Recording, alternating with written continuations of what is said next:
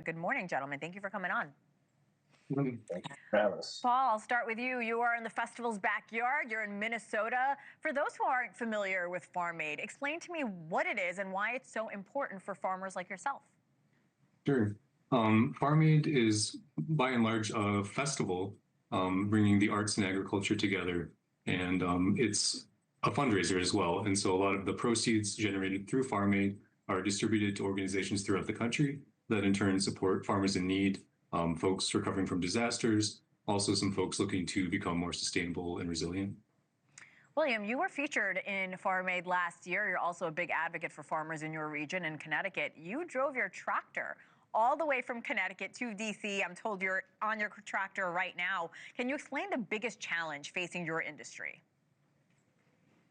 Some of the biggest challenges facing in our industry right now are the cost of inputs, to what we have to produce, and also the unknowing of workforce. Workforce is a big issue for us right now, and one of the other big issues that from last year was the lack of support when we have a disaster on our farms where we lose everything. That was what led me to drive my tractor to D.C. last year. Is that I had a 13-minute hailstorm, and although I participated in the government insurance programs, it left me pennies on the dollar of what I needed to recuperate to keep my farm going. So I, in turn, drove to Washington, D.C., and through that, I had already met Farm Aid in 2018. I was actually featured at Farm Aid when it was in Connecticut. So that's where I got my connections to Farm Aid, and the people that work there, they give me connections to DC organizations that helped me when I got down there to be, to get a presence. So Farm Aid to me is, they're always working behind the scenes. They have connections with a lot of different groups across the United States. And at the very least, they give us a connection to outlets where we could use to get support in times of need. I have no doubt those resources are crucial, especially what the farmers are going through right now. William, farm bankruptcies are running at decade-long highs right now. We have several farmers coming on saying they don't even know if their farm will stay open. What do you hope to see the USDA do to keep small farms like yourself, like your business, and in business?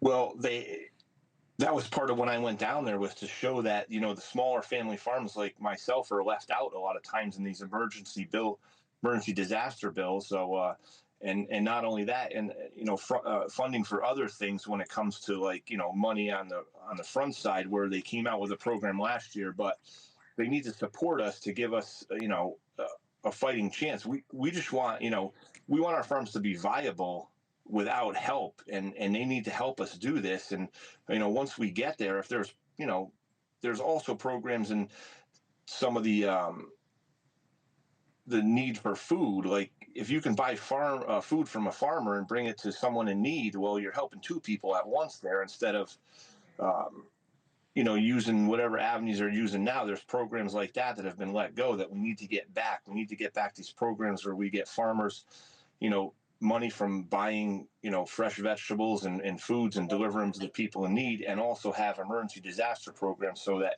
if we have that disaster, that we're not left in this bankruptcy. And through Farm Aid, that's where I met a guy, Dave Center, who was part of driving tractors in 1979 through American Ag Movement. And he called me while I was driving to DC, and he was so happy that someone of my generation is doing this, and we need to do it. And every time I talk to him, all we talk about is this is the same stuff that was happening in '79 and brought on the farm crisis in the '80s. And that's when Dave Center and Willie Nelson and American Ag Movement, that's when they started Farm Aid in 1985, in the middle of the ag crisis. And we're almost there. We're almost to the full-blown farm crisis of 2025, and it's going to leave a lot of people bankrupt. And the saddest part of the bankruptcy is not just losing their family farm. These people choose to, commit suicide, and that's the worst part of it. So what we need now is we need the United States government, the USDA, the Secretary of Agriculture, and everybody to stand up and alleviate these problems. We can't lose another farm, and we definitely cannot lose another farmer's life.